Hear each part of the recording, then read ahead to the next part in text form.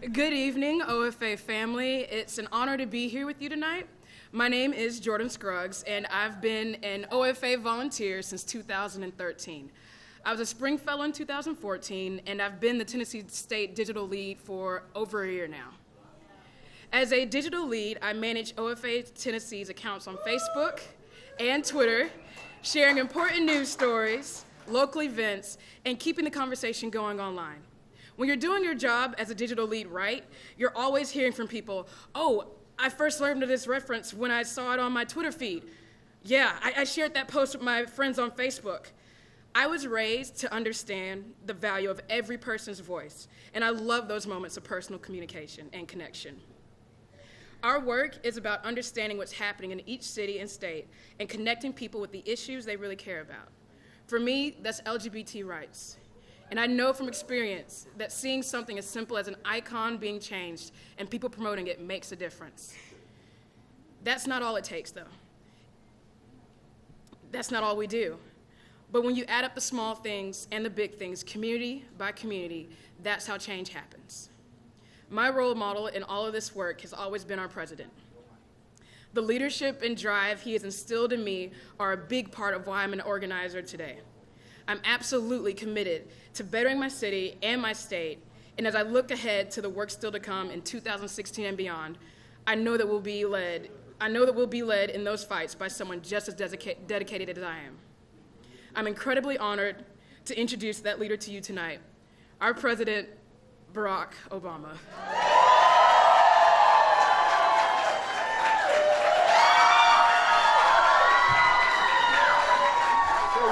You're much cooler once you got up there. Yeah, very Hello, OFA! Well, everybody give Jordan a big round of applause. All right, everybody sit down, settle down. There's a rowdy crowd as usual. It's always good to be with OFA. It's a little bit like coming home. And we've got folks from all across the country here, every walk of life, an exceptionally good-looking crowd. But it is wonderful to see all of you. I see some familiar faces. I see some people who I haven't seen before. So just a little refresher on how this came about. It started 8 years ago, when people of all different backgrounds and political beliefs came together with a simple conviction that people who love their country can change it. And on that campaign, we tried something different. We had to, because you had a candidate named Barack Obama, who, when I look back at the pictures, I looked like I was 14 or something. So clearly, we weren't going to be able to run a conventional campaign.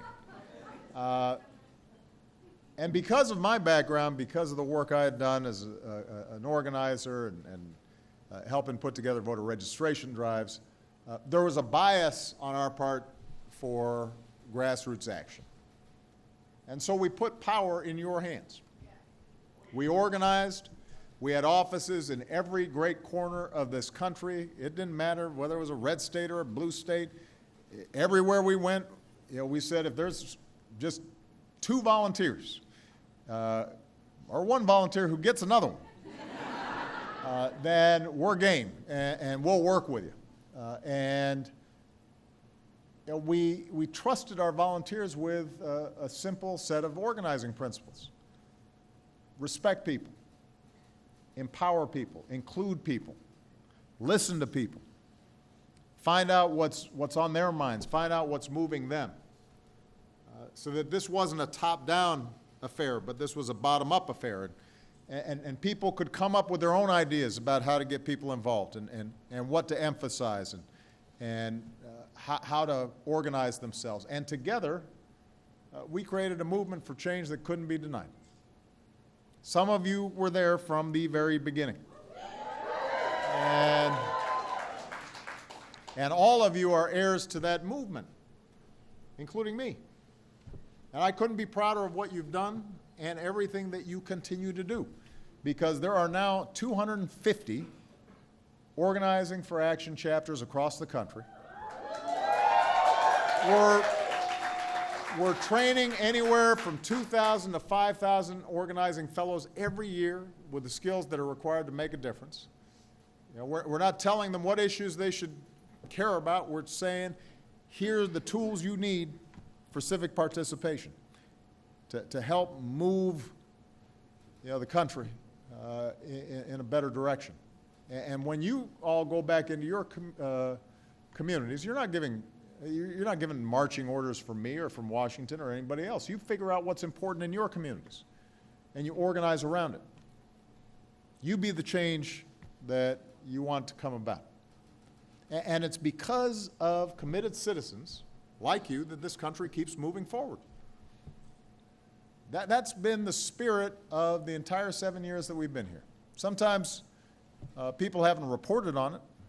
Sometimes, you know, there's been so much obsession with the ins and outs of the legislative process here in Washington, or lack thereof, that folks don't realize all the work that has been taking place on the ground. But you've been part of that. You've been making it happen. You know, when we took office, we were losing 800,000 jobs a month. Unemployment rate was going up to 10%. And over the last 5 years, 5.5 years, our business created more than 13.5 million new jobs, and the unemployment rate's down to 5%. That's work you did. We were told we couldn't put new rules on Wall Street or more protections for consumers, or ask the wealthiest of Americans to pay their fair share of taxes without crushing job growth. But we did it, and the stock market doubled, and we've seen the longest streak of private sector job creation on record. That happened because of you. When I took office, more than 15% of Americans went without the security of health insurance. And for the first time, because of you, more than 90% of Americans are now covered. More than 17 million people are able to get health insurance. Insurance companies can't discriminate against people with pre-existing conditions or charge women more just for being women. That all happened because of you. We were told that if we did get health insurance passed, we'd be adding to the deficit. It would explode. Well, you know what? We've covered 17.6 million Americans so far, and in the process, the deficit's been cut by 2/3.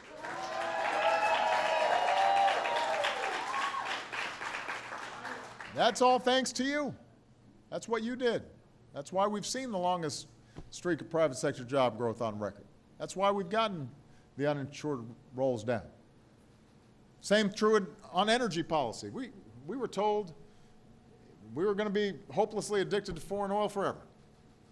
Well, we've cut our oil imports by more than half, tripled the amount of wind energy, increased by 20 times the amount of solar energy, doubled clean energy overall, steady sources of good jobs that can't be outsourced, and we're also able to,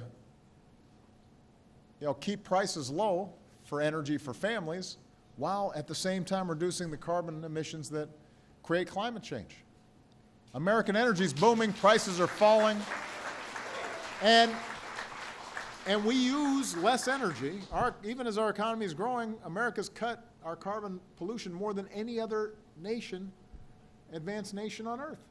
Think about that. That's your accomplishments. On foreign policy, our influence was waning when we came in, standing diminished. Today, America leads the world in confronting new threats, making sure Iran doesn't get a nuclear weapon, making sure that we have smarter, stronger trade rules for the 21st century. America's leading the world towards dealing with climate change in a serious way. Global action. One of the reasons the State Department decided the Keystone Pipeline would not serve the national interest.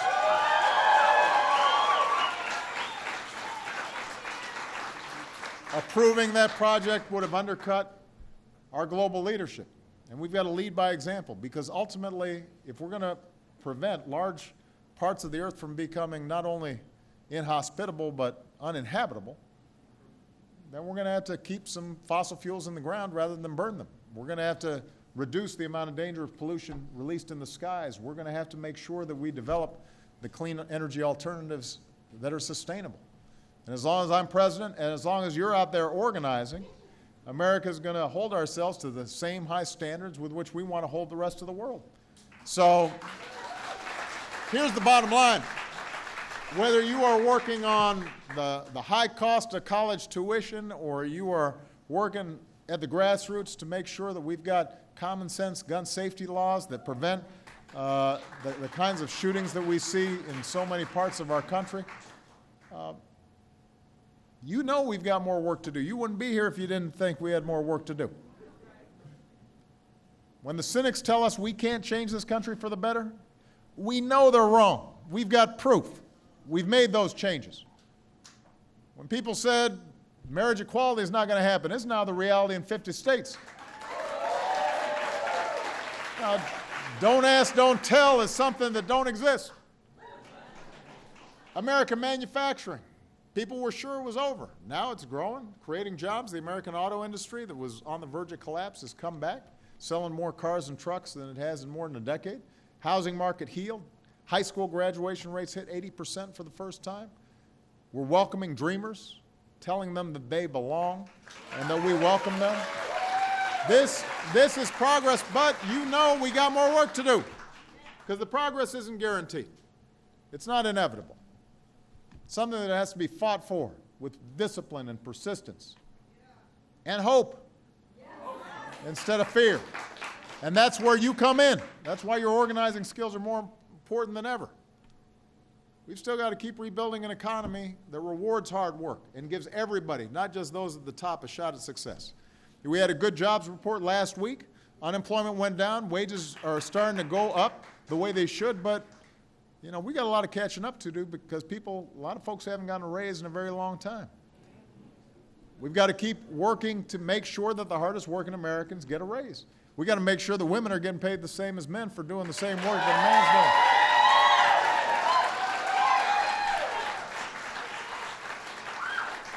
On climate change, all the work that we've done on the clean power plant rule and doubling fuel efficiency standards on cars, it's not going to be enough. We've got more to do. And we've got to educate our communities to understand that this is not a hopeless cause, but we have to take it seriously if we want to leave our kids a safe and prosperous and habitable planet.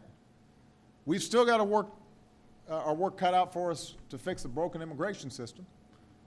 At a time when we've got so many people playing on anti-immigrant fears, we've got to remind people that this is a nation of immigrants. That's how this country got built. You know, and by the way, those immigrants were from everywhere. There was a beautiful, I'm trying to remember what magazine I saw it, but they had a picture of immigrants from Ellis Island. And, you know, this was from the 1800s, early 1900s. And, you know, you had folks from Sweden and Bulgaria, and they were all in their native outfits. And, you know, they didn't look like, they did not look as if they had just hopped off a jet and were all spruced up. I mean, they were strivers, but they were escaping poverty and in search of a better life. And a lot of them didn't have great educations, but they knew that if they were able to get here, that their kids would have a great education. The notion that somehow this generation of immigrants is different than the past is just not true. The only thing that's happened is just we forgot where we came from. You know? We're going to have to work hard to build a smarter, fair criminal justice system.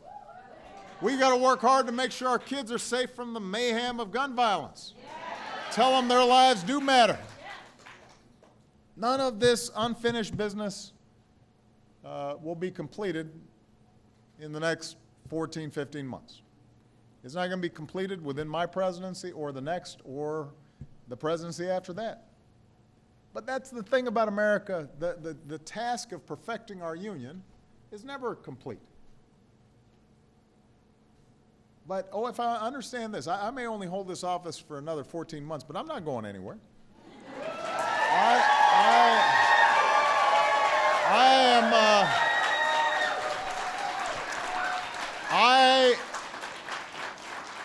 I will still hold the most important office in our democracy, and that's the office of citizen. And the only thing that's going to be happening is that, I'll get a chance to visit you more often because it won't be such a hassle for me to move around, The point is, when I ran for this office, I did not say, yes, I can. Just leave it to me. What did I say? Yes, we can. Our unfinished business does not depend solely on me or on a member of Congress or the next president we elect. It depends on us, what we, the people, can do together. And that's something that I'm going to be focusing on in my final year in office, the idea of an active, involved, engaged citizenship. That's what I'm going to be focused on after I leave office, an engaged, active, focused citizenship. So if you want to help me, OFA, I need you to stay involved. I need you to stay active. I need you to recruit other citizens. We got to keep organizing. We got to keep mobilizing. We got to lift up issues we care about. We have to pursue referendums and ballot initiatives that can move this country forward. We got to get organized at the state and local levels. We've got to inform people about the issues before they vote on them. We got to make sure they turn out to vote. We've got to make sure they know where their leaders stand. If their leaders don't stand in a tenable position, we need to get new leaders. We need to keep fighting to make sure that this country is one where it doesn't matter what you look like or where you come from or who you love. You can make it if you try. That's what you're all about. I am so proud of all of you. I'm so proud to be standing with you and marching with you, and I'm going to keep on going as long as you'll have me. All right? Thank you, OFA. God bless you.